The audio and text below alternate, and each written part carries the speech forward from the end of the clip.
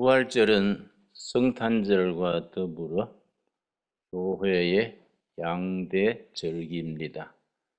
성탄절은 우주를 지으시고 운행하시는 여호와께서 사람의 모습으로 세상에 오신 날, 그 길이는 성탄절입니다. 부활절은 예수님이 모든 사망 권세 이기시고 믿는 자들로 하여금 영원으로 통하는 길을 열어주신 위대한 날입니다.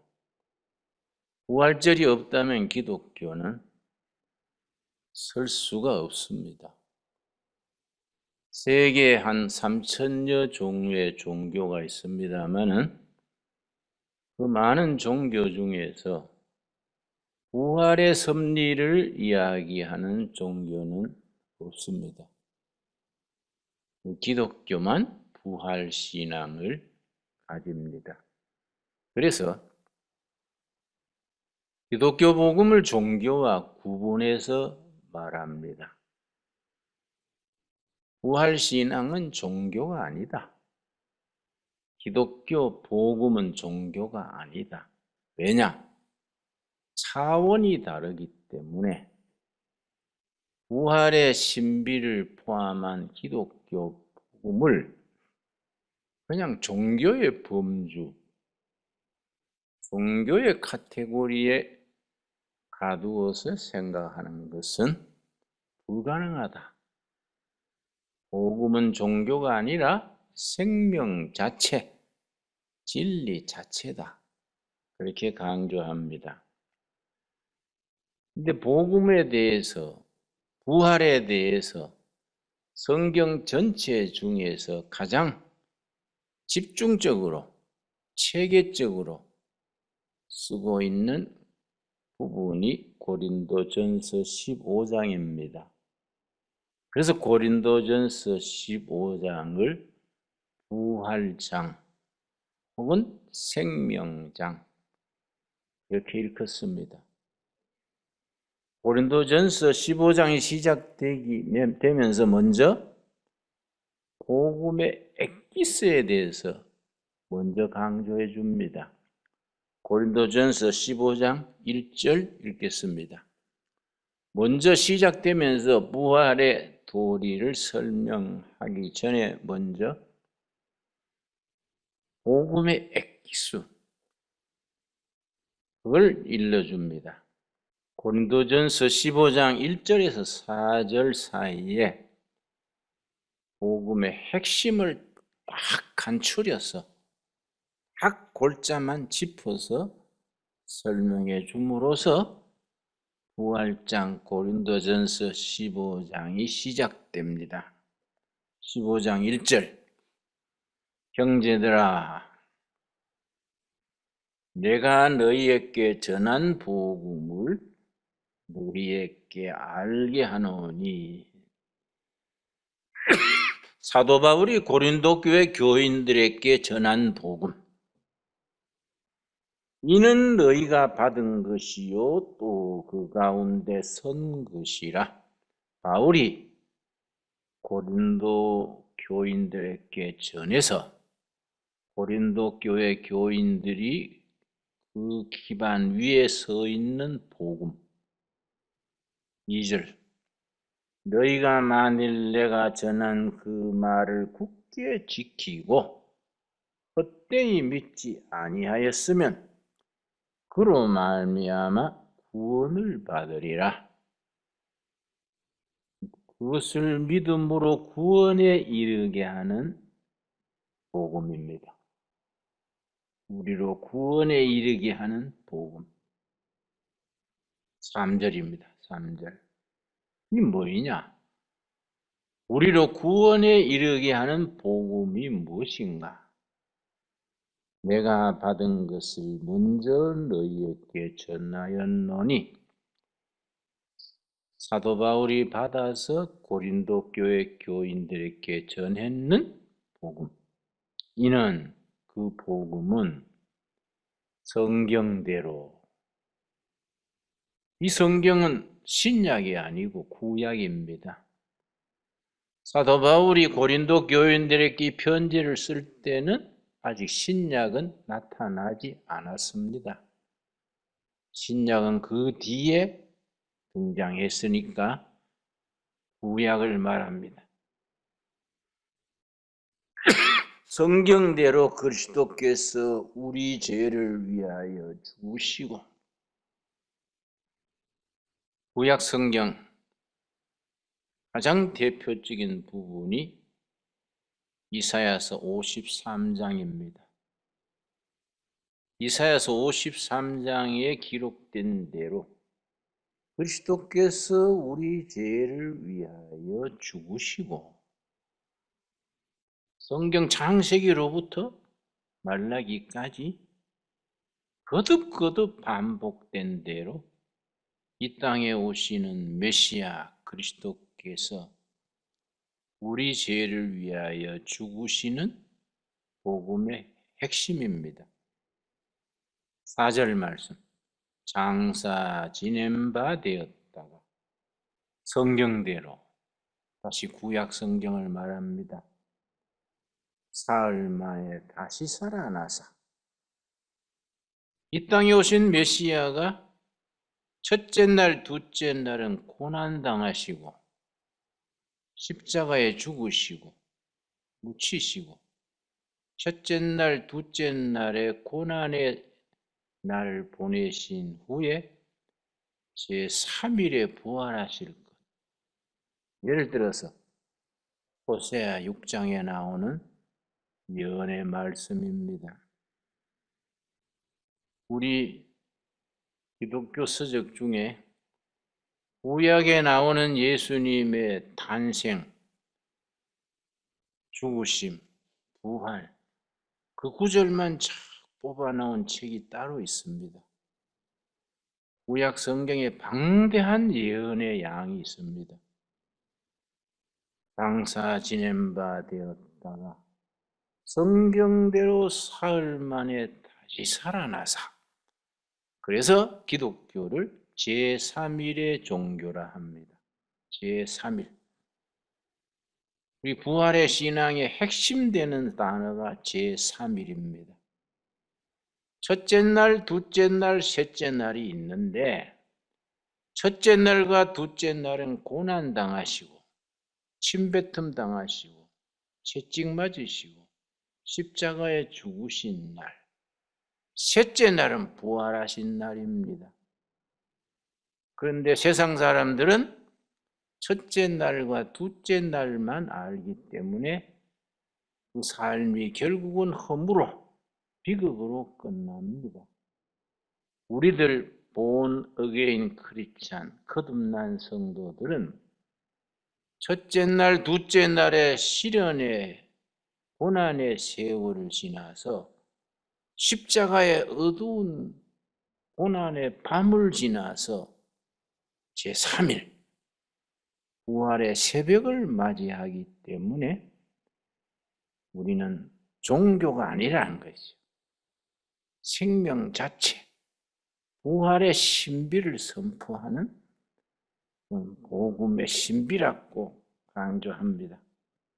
장사 지낸 바 되셨다가 성경대로 사흘 만에 다시 살아나사 게바에게 보이시고 후에 12 제자에게와 그 후에 500여 형제에게 일시에 보이셨나니 그 중에 지금까지 대다수는 살아있고 어떤 사람은 잠들었으며, 부활 사건이 한두 사람 12 제자만 본 그런 사건이 아니다. 부활하신 후에 예수님이 500여 명 보았다. 그 500여 명 중에 이 고린도 편지를 쓸 때 절반쯤은 죽었고 절반쯤은 아직 살아있다. 살아있는 사람들이 부활하신 예수님을 다 만났다. 그거는 백주 대낮에 드러난 그거는 진실이다. 한쪽 구덩이에서 뭐 일어난 일이 아니다 이거지요. 그리고 8절에 가서 맨 나중에 만삭되지 못하여 난 자 같은 내게도 보이셨느니라. 사도 바울 자신도 부활하신 예수님을 직접 눈으로 봤다. 자기를 겸손하게 낮추면서 만삭되지 못한 자 같은 나, 8.15 그럽니다. 8달 반 만에 난 조수가, 미수가 10개월 채우지 못하고 난 8.15 8달 반 만에 조수가 같이 모자리는 사람 나도 부활하신 예수님을 직접 내 눈으로 보았다. 그 사실을 이제 시작하면서 확실히 짚어주고 나서 사도 바울이 고린도 교인에게 고린도 전서 후서를 쓴 그 원인을 일러줍니다. 12절입니다. 12절.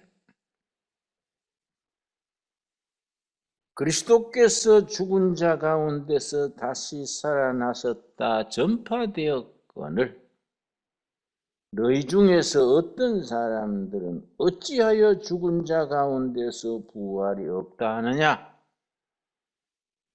하나님은 믿겠는데 예수님 부활은 못 믿겠다. 그런 사람들이 있습니다. 내 친구들 중에도 그런 사람들이 있습니다. 하나님이 천지 창조도 믿겠고 우주를 다스리는 것도 믿겠는데 부활했다는 거는 그건 좀 상식에 안 맞고 뭔가 이해가 안 가. 뭐 꼭 믿어야 되냐? 그런 말하는 사람들이 지금 흔히 있습니다. 그런데 그런 사람들은 벌써 초대교회 때 있었다는 얘기지요. 고린도 교회 교인들 중에 그런 사람이 있었다. 12절이 그 말입니다. 너희 중에 어째 죽은 사람이 부활이 있느냐? 굳이 부활을 안 믿어도 신앙생활을 하는 데는 지장이 없지 않느냐? 이런 사람들이 있었습니다. 고린도 교회 초대교회 때부터 있었습니다. 그런데 13절 사도 바울은 조목조목 따져서 부활신앙이 얼마나 당연하고 얼마나 참 절실하고 소중한가에 대해서 차근차근 일러줍니다. 13절 만일 죽은 자의 부활이 없으면 그리스도도 다시 살아나지 못하였으리라. 14절 그리스도께서 만일 다시 살아나지 못하셨으면 우리가 전파하는 것도 헛것이요 너희 믿음도 헛것이며 또 우리가 하나님의 거짓 증으로 발견되리니 예수님이 부활 사실이 헛되다면은 우리는 거짓말쟁이고 헛된 것을 믿고 있는 신기루 같은 걸 믿고 있는 허망한 사람들이 아니냐. 그래서 19절, 15장 19절에 가서 사도 바울이 말합니다. 만일 그리스도 안에서 우리가 바라는 것이 다만 이 세상의 삶뿐이면 모든 사람 가운데 우리가 더욱 불쌍한 자이리라. 부활신앙은 영생과 관계가 있습니다. 죽은 후의 생명과 직접 관계 있습니다. 부활신앙이 없다면 죽은 뒤에 우리 영혼이 영생하는 것이 그거는 헛소리가 됩니다. 부활이 없다면 우리는 이 세상에 살다가 끝나는 거 아니냐. 기독교 신앙이 가지는 강력한 메시지가 뭡니까? 이 세상에서 이런저런 모습으로 살다가 부활신앙의 고백을 가지고 사는 우리는 죽어 영생한 세월을 산다는 영생에 대한 확신입니다. 이 부활신앙의 핵심이다. 그 부활신앙을 누가 시작했느냐? 예수 그리스도께서 시작하셨다. 만인이 죽게 되는데 죽음은 누구로부터 시작된 거이냐? 21절입니다. 사망이 한 사람으로 말미암았으니 그 한 사람이 누굽니까? 아담이죠. 아담으로부터 죽음이 시작되었으니 죽은 자의 부활도 한 사람으로 말미암는도다. 부활도 한 사람으로부터 시작됐다. 누굽니까? 부활절의 주인 되신 예수 그리스도. 아담으로 인하여 죽음이 시작되고 예수 그리스도로 인하여 부활이 시작되었다. 그래서 22절 아담 안에서 모든 사람이 죽은 것 같이 그리스도 안에서 모든 사람이 삶을 얻으리라. 이때 삶은 영원한 삶입니다. 신약 성경에 이 생명, 삶에 대한 단어가 두 가지입니다.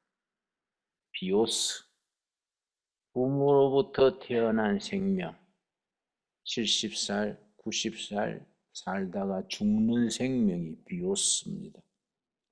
영어의 생물학을 바이오로지 그러지요? 이 바로 비오스에서 나온 말입니다. 바이오로지는 비오스 학문, 바이오로지지요. 그런데 그 생명은 부모로부터 태어난 생명, 아담으로부터 시작된 생명입니다. 그건 죽음으로 끝나는 생명입니다. 두 번째 생명이 있습니다. 조회, J-O-E, 조회. 부활신앙을 가진 사람들이 누리는 영원한 생명입니다. 영생, 영원한 생명, Eternal Life. 우리가 천국 가서 예수님을 모시고 하나님 찬양하며 영생토록 살아가는 삶. 우리 그 신앙을 우리가 아멘으로 가지고 있습니다. 참 굉장히 부활신앙 자체가 신비지요. 우리의 신앙은 부모로부터 태어나서 살다가 끝나는 비오스 생명이 아니다요. 예수 그리스도를 믿음으로 말미암아 조회, 영생을 누리는 생명이다. 그런데 초대교회 때부터 그걸 못 믿는 사람들이 있었지요. 부활신앙에 대해서 해방하는 사람들이 많았습니다. 크게 두 가지입니다. 기절설. 예수님이 십자가에서 완전히 죽은 것이 아니고 기절했었다. 기절한 걸 죽은 줄 알고 무덤에 내려서 시체를 내려서 우리나라처럼 땅에 매장해버리면 끝나는데 그 나라는 굴에 시체를 안치합니다. 그런데 기절해 있다가 3일 만에 깨난 거이다. 기절설이 그 시대에 강했습니다. 두 번째 이론이 뭐냐면 도적설. 무덤에 시체를 안치했다가 다수 보는 로마 구인을 매수해서 제자들이 시체를 딴 데 옮겨놓고 시체를 훔쳐서 딴 데 옮겨놓고 말하셨다. 그렇게 퍼뜨린 거다. 악의적인 유대인들이 그런 소문을 냈습니다. 그러나 기절설 같은 거는 성경에 분명히 나오지요. 로마 군인들이 사망을 확인하기 위해서 창으로 옆구리를 찔렀다고 나오지요. 그래서 이사야서 53장에 그가 찔림은 우리의 허물을 인함이요. 기억하시지요? 이사야서 53장 4절입니다.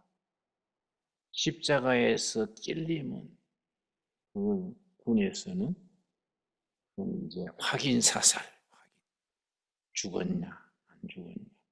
전쟁터에서 살아있으면서 죽은 척 하기 쉬우니까 확인 사살로 다 한다는 거이지요. 예수님이 실제로 아직 기절했는가, 목숨이 완전히 끊어졌는가 확인하기 위해서 로마 군인들이 창으로 옆구리를 찔렀습니다. 확인 사살을 하신 거지요. 죽음에서 부활하신 것이지. 그게 성립이 안 되면 우리 신앙은 된 것이다. 그 이제 고린도 교회로부터 사람들이 설왕설래 말이 많으니까 사도 바울이 예를 들어서 부활을 설명하려고 하기를 35절입니다. 35절. 고린도전서 15장 35절. 누가 묻기를 죽은 자들이 어떻게 다시 살아나며 어떠한 몸으로 오느냐 하리니 어리석은 자여, 너가 뿌리는 씨가 죽지 않으면 살아나지 못하겠고, 또 너가 뿌리는 것은 장래의 형체를 뿌리는 것이 아니요 다만 밀이나 다른 것의 알맹이 뿐이로되. 밀씨를 뿌렸는데 밀이 납니까? 밀풀이 난다. 사람이 죽었는데 어떻게 부활로 태어나느냐? 예를 들어보자. 농사꾼이 밀씨를 뿌렸는데 밀이 다시 나느냐? 밀풀이 나지 않느냐? 도토리 씨가 떨어졌는데 도토리가 납니까? 도토리 나무가 난다. 부활의 예를 들게 든 겁니다. 그래서 38절, 고린도전서 15장 38절, 하나님이 그 뜻대로 그에게 형체를 주시되 각 종자에게 그 형체를 주시느니라. 육체는 다 같은 육체가 아니니 하나는 사람의 육체요, 하나는 짐승의 육체요, 하나는 새의 육체요, 하나는 물고기의 육체라. 40절이 결론이지요. 하늘에 속한 형체도 있고 땅에 속한 형체도 있으나 하늘에 속한 것의 영광이 따로 있고 땅에 속한 것의 영광이 따로 있으니, 우리 몸은 이 땅에 살아가는 동안에 사람의 육체로 삽니다. 부활한 후에는 하늘의 영으로 살아갑니다.